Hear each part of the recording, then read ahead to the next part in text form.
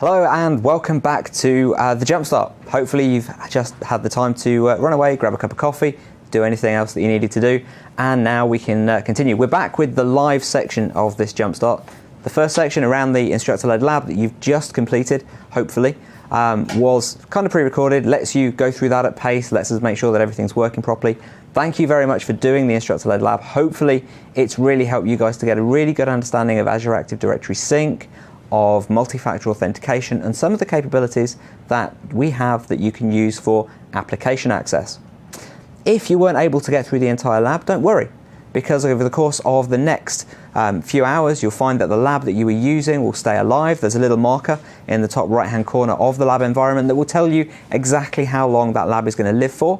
But these labs can be started at any time from the TechNet VLabs. If you just go to aka.ms/EMSVLabs, you'll be able to get hold of this lab again and be able to use it whenever you so desire. So pretty useful and very helpful. If you've had some problems with those labs, we'll pick those up inside of the Q&A and we'll try and get that a little bit better for next time that we run one of these things. So thank you very much for any feedback that you're giving us, and thank you for the rich feedback. There is loads and loads of great stuff inside of that Q&A.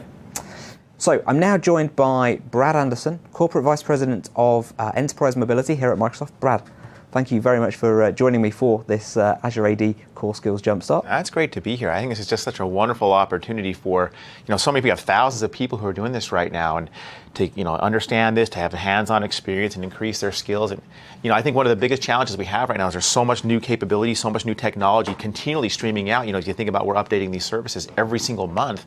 Yeah. Getting the ability to be able to, get hands-on experience in this constantly changing world, I think is actually one of the biggest challenges that we have as a community as we innovate and we deliver that innovation out to the world. So I think these are fabulous. Yeah, it is a really, really important point. It's one of the reasons that I asked Brad to come and talk to us on this Jumpstart was because we are at this point where things are changing so much. Yeah. Over the course of the past, 20 years or so that I've been, well, maybe not 20 years that I've been in the IT industry, it's probably more like 15, but over the course of the past 20 years, things have changed dramatically, and we know that loads of you guys out there have been working inside of IT for 20 years, and right now is probably one of the most uncertain times in your career. There's so much change coming to market because of lots and lots of disruption. I think the key thing here, though, is to actually really center on some of those core skills, some of the things that are most important to be able to get your job done. So the first question that I've got for you, Brad, is why is identity such an important thing? It's interesting. I was actually reflecting on this question last night as I was actually writing a blog.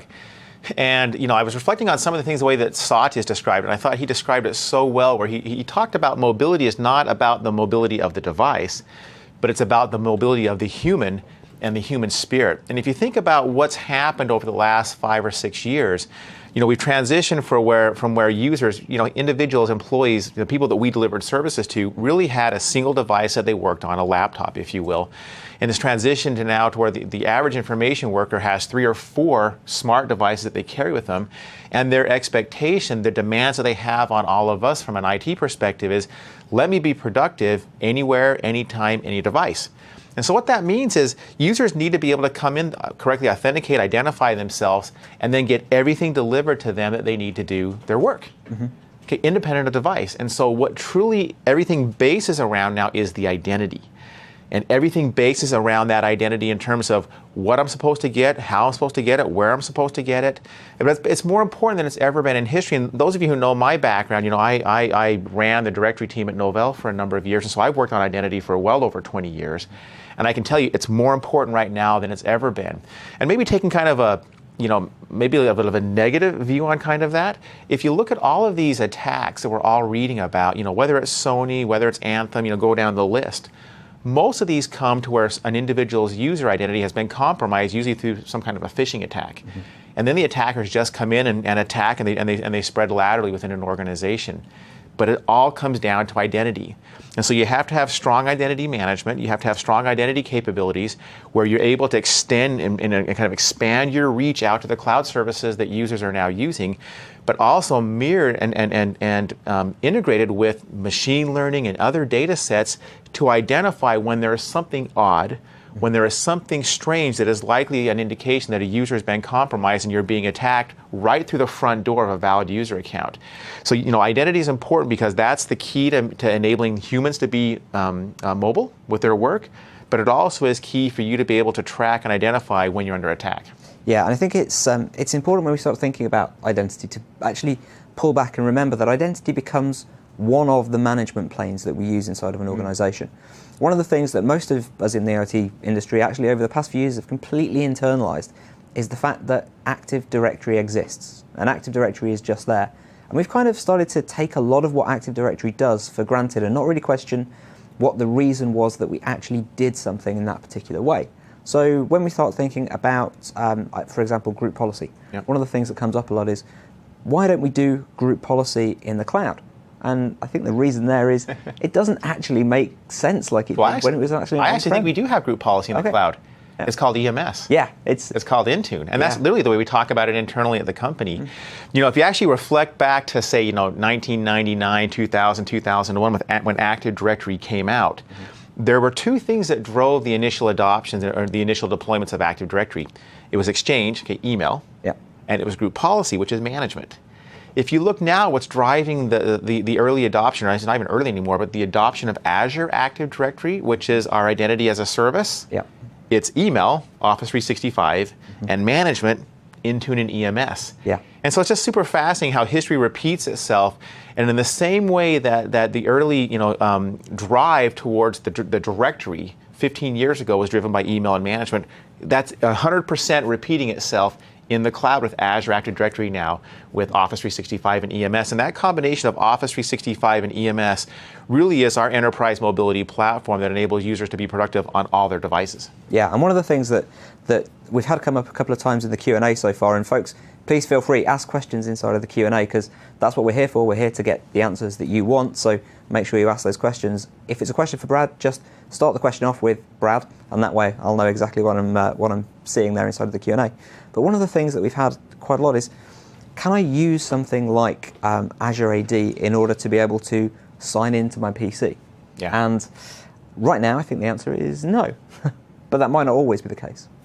Well, we've had this concept of domain join, and for 15 years, most of us have actually based a great deal of our security and the great deal of confidence that we had in the security of our devices and the data if the device was domain joined.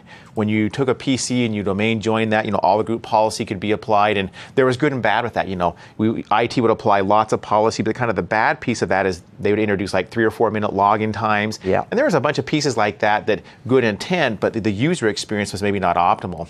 So as we've kind of rethought that in the cloud, and it literally has been, how do we think about what the concept of domain join is in the cloud? And it's that concept of registering a device, whether it's a PC, an iOS, an Android device, with Azure Active Directory, with the management service. And so as you think about the process that you go through as you're registering your devices for management with EMS, specifically Intune, it's essentially you're actually acknowledging and registering that device with Azure Active Directory, which is the modern domain join.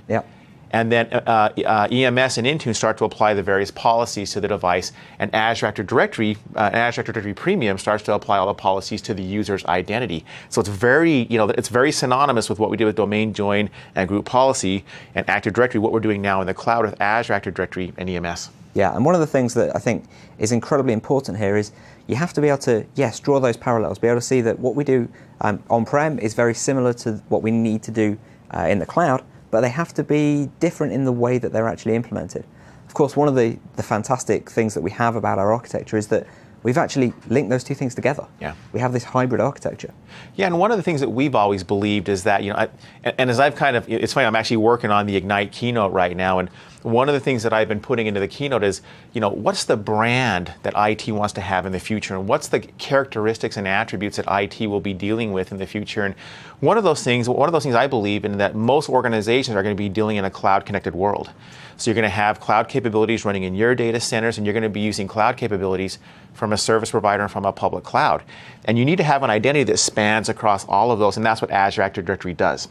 But as we have built, for example, all the things that we're building, whether it be in Windows Server or System Center or go on down the line, we think about it as your cloud as the edge of our cloud, and our cloud as the edge of your cloud. And so as we think about our design principles and our architecture, we literally think about the spectrum of clouds and we design it to all work together. And so we understand you've got huge investments in Active Directory, and we love the fact that the control plane for enterprise identities is Windows Server with Active Directory. And so we've asked ourselves, how do we make it easy for organizations to be able to stretch that out into this modern world of cloud services? And that's exactly what Azure Active Directory delivers. So it's just a fundamental part of our cloud-first architecture. And it really is important to actually also understand that you're not going to stop using on-premises AD. That's not something that's going to go away. It's not going to be something that we expect people are going to just stop using and just move everything over to Azure AD. It's going to be there for a while because we still value the on-premises workload, particularly for traditional PC management. Yeah, one of our worldviews that there are certain workloads that we think are going to remain on premises for a very long time. I blogged about this a couple of weeks ago. Traditional PC management, lots of software distribution, OS deployment, it's going to remain on premises with SCCM. Many organizations have apps that they may never decide to move to the cloud, and it's an app-by-app basis on that decision. And so we want to make sure that we think about your cloud, our partners' clouds as a continuum, and you have that flexibility, that openness to be able to place your apps where it makes the most sense for you. Yeah, let's just go back and think a little bit about the architecture and the way that we've built Azure AD and the why we've built Azure AD, particularly in the way we have. I guess we could have just built some virtual machines that were running Active Directory domain services and run them up in the cloud. And that would have been good enough. But that's probably not what we've done. Well, it never would have scaled. Yeah. One of the things that you deal with as you start thinking about what it means to build these cloud services is you have to think about incredible scale. We're seeing Azure Active Directory really accelerate the use. We published some interesting data statistics with our most recent quarterly earnings. So in Q2, we talked about the fact that 45% of all Office renewals in the enterprise worldwide decided to go to the cloud. So half of all the renewals and our definition of enterprise is any organization with more than 500 PCs. 50%, almost 50%, 45% of the organizations that renewed with us, and this is millions of organizations, added Office 365 and are in the process of moving from an on-prem Exchange and an on-premise SharePoint to host those up in the cloud. And all of that is secured, and your access is governed by Azure Active Directory. To kind of give you an idea, Azure Active Directory today does about 18 billion authentications a week. Whenever I say 18 billion, I kind of think I have to do, my Dr. Evil impression, now that I don't have any hair, But 18 billion authentications, you would not see that from the on-premises client-server architecture of Active Directory. And that's not being trying to rip on Active Directory. It's just a different architecture. And so in this cloud services, you build these cloud services for incredible scale. And so as we built Azure Active Directory, we were forward-looking and said, this is going to be doing hundreds of billions of authentications a week. We need to build this as a cloud service that's distributed around the world. So as we have people doing authentications from the US, from Asia, from Latin America, from Europe, we have a consistent service that is global in nature and always available. It's the same thing we've done with Intune. So instead of just taking Config Manager and hosting it up in the cloud and calling it a cloud services, we re-architected and we built Intune from the ground up as a SaaS app, as a cloud service to give us the incredible scale. And as we sit here and watch, everyone I'm sure there's many people who are watching this that are Config Manager experts. And that we've published over the years, limits of 200,000 devices or 500,000 devices. We have millions of devices being managed through Intune. Millions. And it's going to go to 10 millions and hundreds of millions. To get that kind of scale, the architecture really matters. And so we have built a true 100% cloud-based SaaS app in Azure Active Directory in all the EMS components. And we are starting to leverage that everywhere. The Office 365 and Microsoft Intune are just the tip of the spear in terms of the applications that can be integrated into your Active Directory. As you guys have just seen with the lab that you've just created, actually, there's the ability to connect to, thousands of other applications. What's the reasoning behind connecting out to so many different applications? Yeah, if you think about the role that Active Directory has played in the enterprise, it really has done a couple of core things. One, it allowed a central way to manage access and authentication to all the servers and all the applications in an enterprise. For you're young, maybe you don't remember this, but if you go back into the 1990s when we had domains, you had to manually create every user account in every domain. And so you had organizations, as organizations got larger, that had tens, hundreds of domains, and you had to manually create that user account and manually manage all the access privileges. Well, Active Directory gave us a global view so that an enterprise could have a single identity across all their Windows servers, across all the apps that ran on those Windows servers. Fantastic value. So it was a central place to be able to manage access and authentication, but then it also gave the user that great single sign-on experience. And so again, if you go back in the 90s, when a user went from one domain to another domain, they were challenged with an authentication request, and that's people don't like constantly having that challenge popped up in front of them. Yeah, having to net use all the time. It's just a little bit of a pain. Yeah, it is. You get tired of constantly having to input my username and password. So it gave IT the ability to centrally manage IDs. And then it gave users that great single sign-on experience. That's what Azure Active Directory does in the cloud. And as a part of doing that automated user provisioning as well as that single sign-on, we've taken on the work to go do the integration. I think this morning is 2,600 SaaS apps that we've done the integration with. We're adding new apps every single day. And so, what I would ask of all of you as you start to use Azure Active Directory, specifically Azure Active Directory Premium, which is one of the EMS components, if there are applications that you need us to go and do that work, that integration work for single sign-on and automated user provisioning, let us know what those SaaS apps are. We'll put it on the backlog list for the team. We've got a whole team that's all they do is integrate with SaaS apps. Yeah, and there's actually a way to do that directly through the website, through the application catalog. And when I come to one of the modules later on, where we're actually going to talk about application access, I'll give you a link that actually helps you so that you can go see the applications that are actually available inside of application access, but the place where you can actually also suggest the applications that you want to have added. Now, they're not going to be the applications that you've developed inside of your company, but they could be an application that's developed by another ISV, and you really need to be able to use that application. Well, chances are it's not just you. That ISV probably has more than one customer, so we can actually make it so that everybody can be able to use the same level of access, obviously secured with all of your corporate credentials, to be able to access their own individual corporate version of the application. So very, very easy for us to be able to start to get your feedback on that. Another one of the incredibly useful things that you mentioned there was Azure Active Directory Premium for these. You can actually use, without using Azure AD Premium, you can use 10 applications inside of Azure AD for application access. But you'll very, very quickly find that you actually have more than 10 applications being run inside of your company. Yeah, one of the most interesting things that I think that we've innovated on in the last several months has been this thing that we call Cloud App Discovery. And what Cloud App Discovery allows us to do is go out and we go out and identify all the SaaS apps that your employees are using. And we all know that our employees are using, lots and lots of SaaS apps. We don't know which and we don't know how many.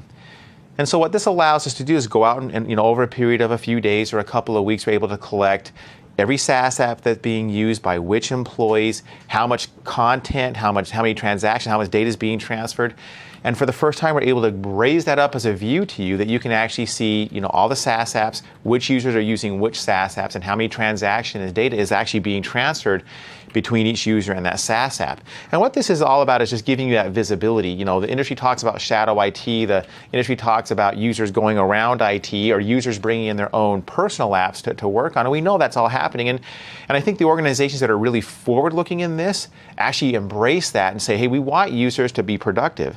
And so if they want to bring in some of their personal apps or they want to use some of the SaaS apps, we want to enable that. But there also needs to be a level of management applied to that, especially if you have corporate content that's being shared with or stored in these apps. And so what Cloud App Discovery, again, this is part of the Azure Active Directory Premium component of EMS, gives you a view to see all the SaaS apps. And this has been one of the most fun projects I've ever worked on. And with the companies that are using it right now, and it's in preview, but it's close to being released. It's been fascinating as we get the report back of all the SaaS apps that their employees are using. Before we show the customer, we'll ask them, hey, how many SaaS apps do you think your employees are using? And generally they'll guess 30 to 40. The average enterprise, their employees are using over 300 SaaS apps. And so it's just this kind of like aha moment where IT goes like, I had no idea that all these SaaS apps were in use. But then you can bring them under management. So we discover them, we identify which SaaS apps, and then we talk about these 2,600 SaaS apps that we've integrated with.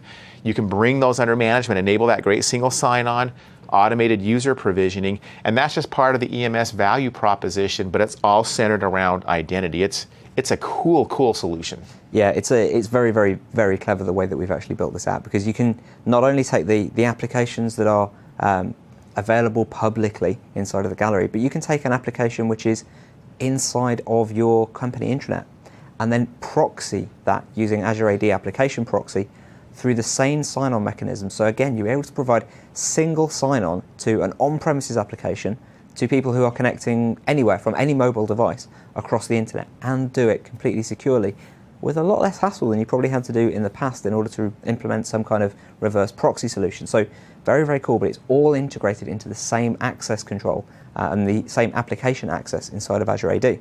I think one of the important points to add on that is that all that information is logged. Yep. You know, it's all logged about users using which application, you know, when, those types of pieces. And the importance of having all that information logged and having all that telemetry is you want to be able to identify abnormalities, because we all know we're under attack. I mean, every company in the world is under attack. And I think we need to assume, we need to take a position as leaders that our companies have been compromised. And so if you take the position that your companies have been compromised, you need to have the capabilities and the data. This all comes down to data. You need to have the data that allows you to look when something seems uncharacteristic, or something that seems out of the ordinary, to then go probe to see if that is in fact a breach, or that is in fact an attack. And so one of the great benefits of bringing all these applications under management, your external SaaS apps as well as your internal hosted apps, is we log all that information, and we'll be surfacing reports that help you to see anything that's strange using machine learning that we have inside of Azure and Azure Active Directory to help you identify when these compromises and attacks are underway. Yeah, let's drill into that for a couple of seconds more as well, because I was meeting with a customer, well, actually 2 weeks ago, and they were saying, yeah, it's great, we like the idea of the machine learning, but actually we only operate inside of the US, so we don't really care about where the attacks are coming from, where people are logging onto our system from. And that immediately just made me think, wow, that's flawed logic. I don't get that. Yeah, it just seemed really alien to me that people would actually be in that situation. So you need to, when you're thinking about this, you have to think, wow, I might be only operating in one specific geography, but obviously people might be trying to get into my system from anywhere globally. And you might just not have anything in place which is going to tell you about that. But one of the things that Azure Active Directory does, which is incredibly cool, is it leverages Azure Machine Learning in order to be able to not only say, hey, this person just logged on from a country that you might not have an operation in, but it can say, this just happened and it's not what this particular person normally does on a day-to-day basis, which is kind of amazing. I've never seen that kind of thing in any systems management kind of solution before. You know, the industry talks about big data, and it's such a big a buzzword. But really, as you translate what data means to you in your personal jobs and what data can mean to your enterprises, it's all about having the information that you can then go pull insights out of and pull learnings out of, that both enable you to delight your users and your customers more, but also enable you to protect the assets of a company more. And one of the amazing things that Simon was just talking about is, because every authentication occurs against Azure Active Directory with any one of our services, we're able to log things like the time, the place, the device of every single authentication. So all those 18 billion authentications we talked about inside of Azure Active Directory, with every one of those authentications, this telemetry comes back to us. And then we just put the machine learning engine on top of that that's a part of Azure.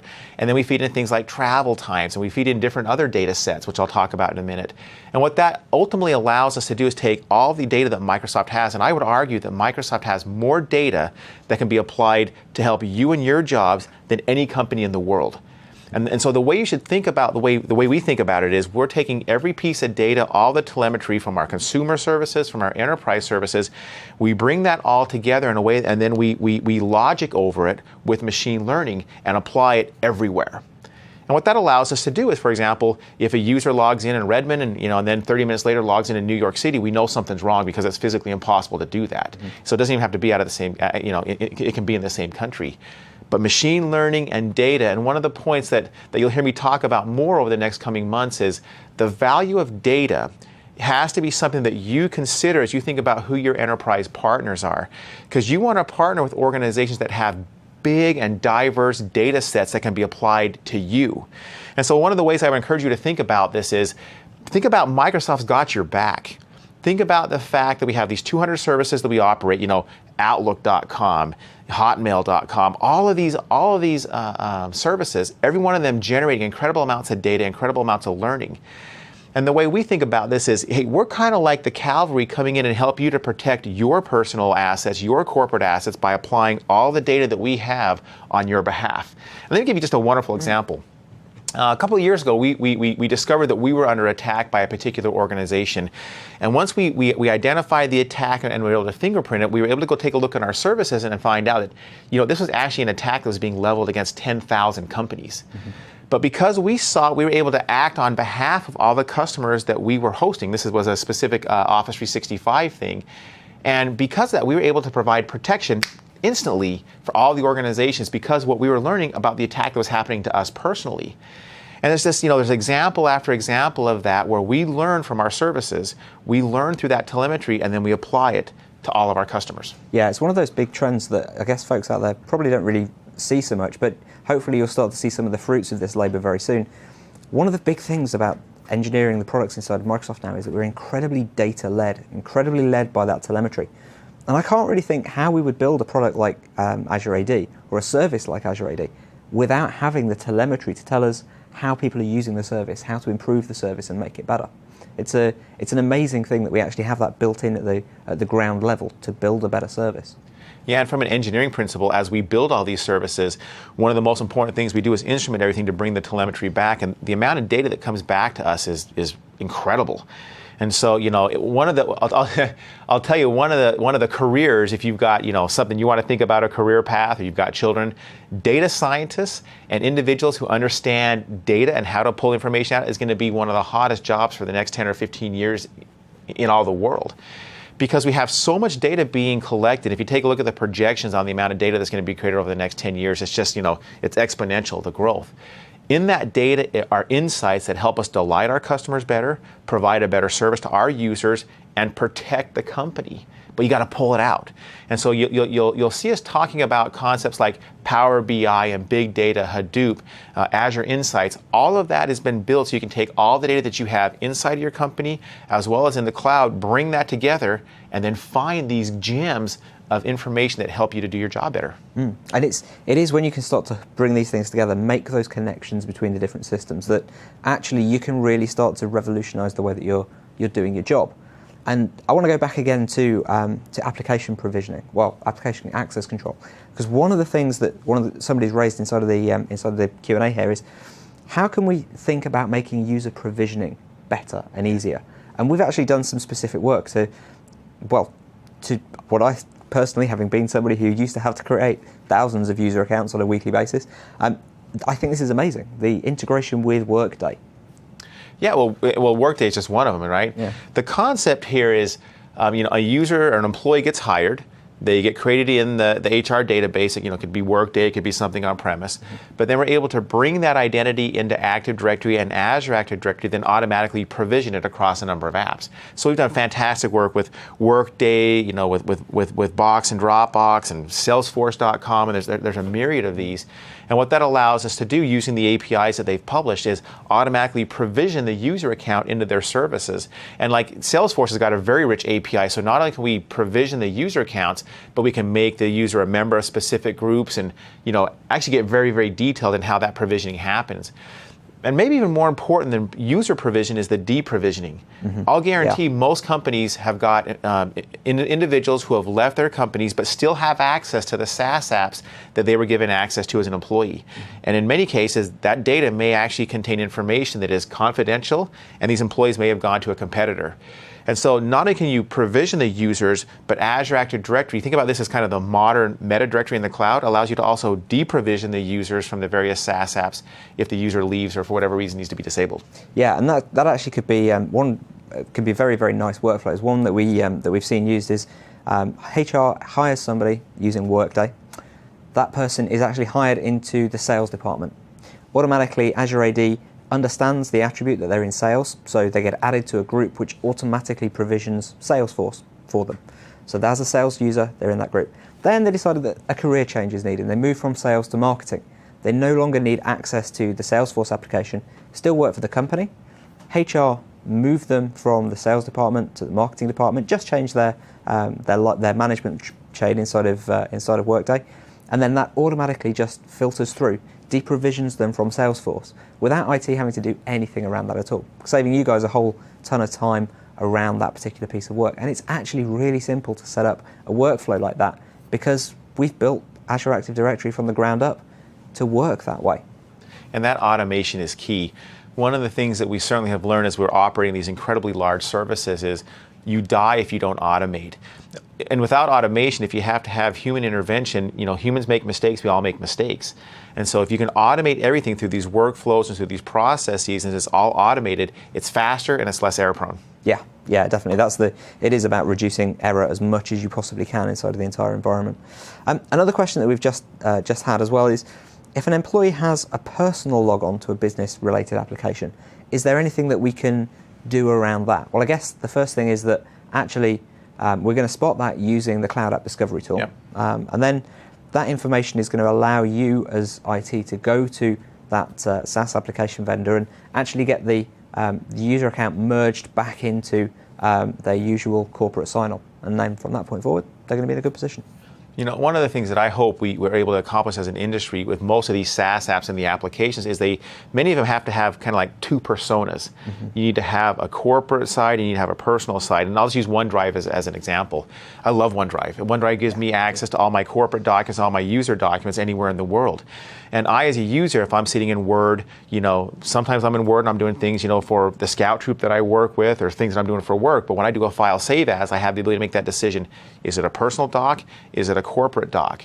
And so I think we need to have, as an industry, the ability for many of our applications to have both a personal side and a corporate side, enable IT to apply policy to the corporate side and guide the user a little bit, mm-hmm. And at the same time enable the user to use these same SaaS apps, because in many apps, many of these services, consumers are using them in their personal life as well as in their corporate life. But I think we actually have got to get the work done in order to enable that dual persona, if you will, or multiple persona to exist. And as we're building, for example, all the work that my team builds as we think about mobile application management, containers, those types of pieces, that's core in all of our thinking, is how do we make sure that if the apps need to be multi-persona, we can enable that. Yeah, and I think that's actually an interesting thing. It leads us into another question that somebody asked inside of the Q&A. Around, it's kind of an aside to the identity conversation, but they're all completely interlinked together. So the question was around mobile application management, yeah. And our approach to mobile application management. It was really around what happens once the data moves out of the container. What can we kind of do there? And the thing that springs to mind for me at that point is IRM or RMS. RMS, yeah. Yeah, so I think there's variable layers of security that you can have as you think about your apps and as you think about data. And I think all of us over the years have been trained, and we also we understand what it means to have a layered approach to security, or a defense in depth is what we actually call it at Microsoft as well. And so as we have been building the Enterprise Mobility Suite in conjunction with Office, we've thought about these different layers of protection. And so, for example, we think that you need to protect at the device level, and that's what MDM is. It allows you to put a power-on password, encryption, jailbreak detection, and that's the first layer of defense. You also want to protect at the application layer, which is inclusive of when a user does a file save as, if you want to be able to control where that user saves at, and that's mobile application management. And the first apps that everybody wants to protect are the Office apps. Yeah. Okay, the first one is email. And so, Outlook, Word, Excel, PowerPoint, OneDrive for Business, OneNote, Link, Yammer. We're in the process of enabling all of those right now to participate in the mobile application management solution that is part of Intune.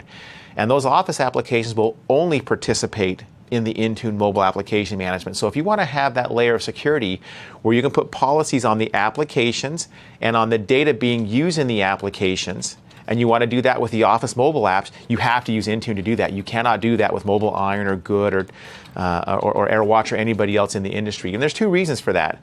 The first one is we've done the integration on the back end to make sure that you have the best service possible.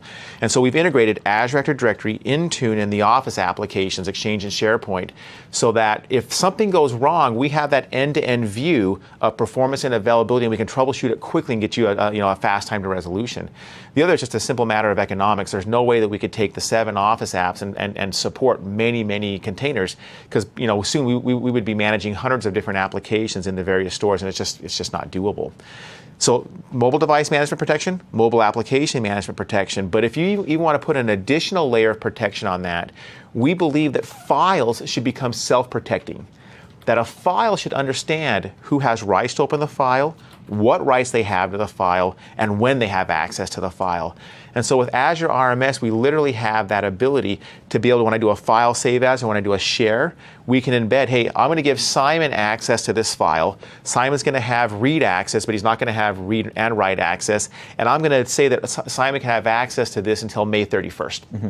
That then gets saved into the file itself, and if for some reason the file makes it out of the container and gets forwarded, it's not a big deal because the file actually knows who is authorized to access it. When you go to open the file, it actually verifies with Azure Active Directory that the user is still valid. Yeah, and that's the really key point there. Again, it's that single plane of management. Azure Active Directory providing you the tie-in to Azure RMS to be able to say, hey, that's the right person being able to access that file. And there's something else that's a little bit subtle there in the way that we've architected Azure AD as well. When somebody's trying to access the file through Azure RMS, they just need to be able to authenticate through Azure AD in order that Azure AD can authorize them access to the file. They don't have to connect back to some system which is running on-prem. And that makes the availability of the data that they should have access to on systems where you feel that it's secure enough for them to have access, to be able to actually connect up, make the connection. And you can see where this goes to for us. You've got this policy that's in the file itself. Yep. And so say you've got a confidential document, like let's say a company's coming up towards their earnings announcement. Mm-hmm. They've got the press release that they've written, say a week before the earnings announcement. That's a very confidential document. Anybody that sees it essentially is blacked out from a stock movement, and yep. all kinds of bad things could happen if that document got out. Well, using the EMS capabilities, you could identify who has rights to that document. It gets saved in the document, and you can imagine now a world where, because all the telemetry is coming back to us, we can notify the author of the document anytime the document is shared, mm-hmm. anytime it's opened, and so you can actually get this end-to-end view of the document, who's opened it, when they opened it, who tried to open it, if it was ever shared. That's the kind of security you want to have, and Microsoft is unique in our ability to do this. Long term, as you kind of play this one out, Google and Microsoft are the only two companies that can offer this kind of a service because the Office application has to participate in it. Yeah. And so, 70% of all the documents that we see being shared across Office 365 are Office documents or Acrobat. And so it's important to understand, as you're thinking about your enterprise mobility strategy, these different layers of security, and then taking also into consideration the fact that Microsoft is unique in our ability to protect the Office applications and the documents created in the Office applications. And that's got to be, as you think about kind of your top 10 list of priorities or needs, that's got to be in that top 10 list, and that's got to be one of your primary decision makers. Yeah, one of the things that's come up a couple of times in the thread now, inside of the Q&A, is how do I partner with other organizations using Azure AD? What are the options there for me to actually be able to say, use the classic Microsoft example, take Contoso and take Fabricam and actually allow those two to be able to join themselves together so that they can do something. I guess previously we would have thought about setting up trust relationships. What's cool about Azure AD is that we've done that already for you. So you can import or add users from another Active Directory into your Active Directory in order to give them permissions and access to resources. And that's one of the things that we really leverage with RMS as well. And it means that RMS makes sharing securely between two organizations very, very simple. Yeah, well said.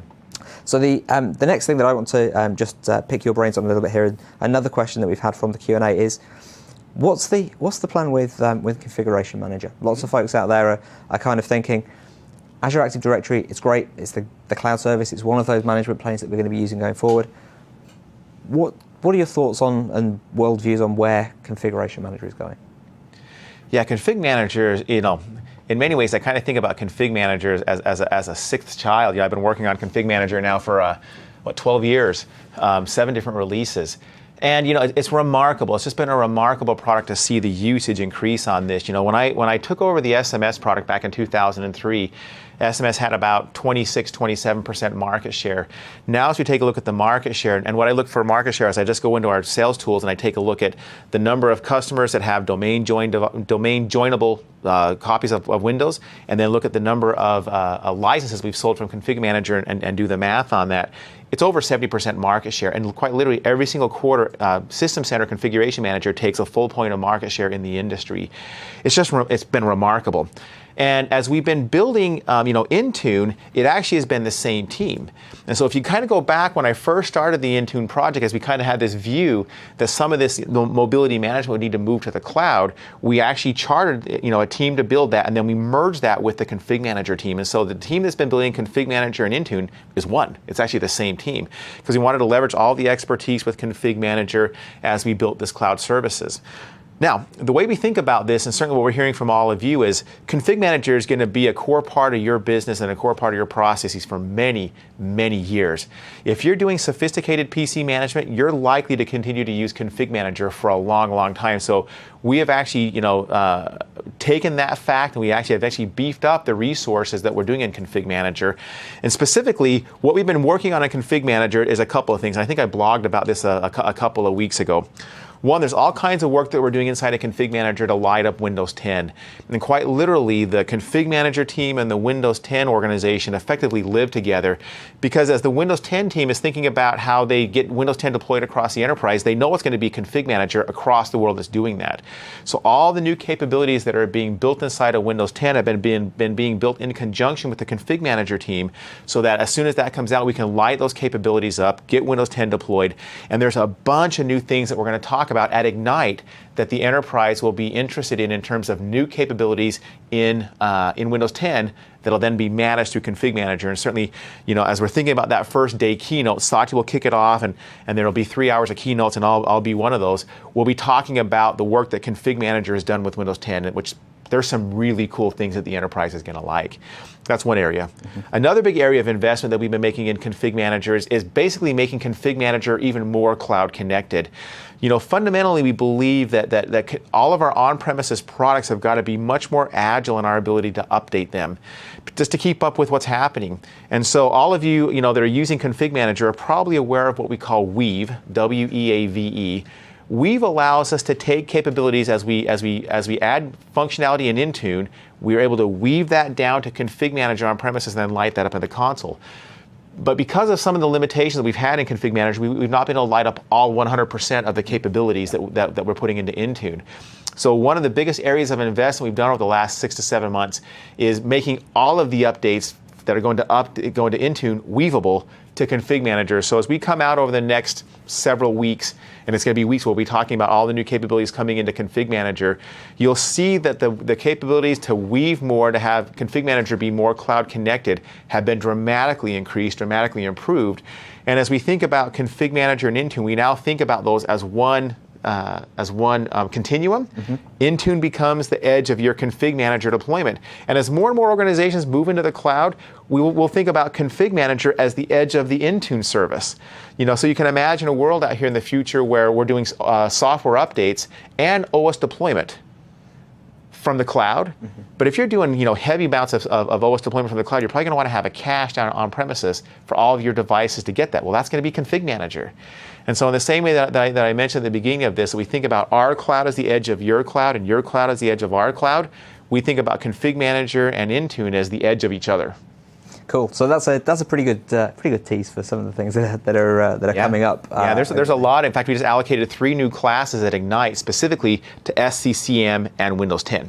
Yeah, and there's actually a pre-day as well, which I'm involved in, which is a Windows 10 pre-day where we're going to go through a lot of the features for Enterprise Mobility Suite, which actually help light up features inside of Windows 10. So definitely one of those pre-days that you want to sign yourself up for if you aren't already signed up for that. We have a little bit of space available on that pre-day still. I think there's still about 20 seats available if anyone wants to go and take those up. We also just had another really interesting question coming on the Q&A that I kind of want to finish on. It's kind of nice as we're talking about Ignite. If you're going to try and convince one of these guys out there to help their boss, how would you, if you had the opportunity to sit down with their manager to get that person to come to Ignite, what would be the one thing that you'd say to them? Well, the first thing I would say, you've got less than a week probably before it's going to be sold out. Yeah. Okay. And so if you've not signed up for Ignite and you want to go there, you better get it done quickly. If we're watching all the enrollment or the what's the word I'm looking for? I'm having sign up number. Sign up. Yeah, Yeah. I'm having a brain cramp. Yeah. It's about sold out. Yeah. I think the thing that to me is the most interesting about Ignite and what we're going to do this year, which is different than we've ever done any year before, as we think about where the industry has headed over the last 5 years, where we think it's going to go, it's no longer kind of these separate pockets of email and server and management and SharePoint collaboration. Everything is converging. And certainly as we're building our processes and the work we're doing at Microsoft, it's much more integrated than it's ever been. Historically, we would come out and say, well, here's a new version of Exchange, and here's a new version of Windows Server, and here's a new version of System Center. And if we're being honest, they weren't really integrated. You had to do all the assembly. Yeah. I've joked in the years past that, as a father, one of the nightmares has been Christmas Eve when you go to set everything up and you get those packages out that says some assembly required, and you're like going, oh man, this is going to be a nightmare. I'm going to be up all night long. But you've dealt with this your entire career. And so you're seeing much more integrated solutions coming out from Microsoft. And as we were looking at this over the last couple of years, what organizations really want to hear from Microsoft is, how does all the investments that Microsoft is making, how do they fit together? How do they come together? I need to have that end-to-end view. Because like, for example, in the world of enterprise mobility, identity, productivity, and management are converging into one. Mm-hmm.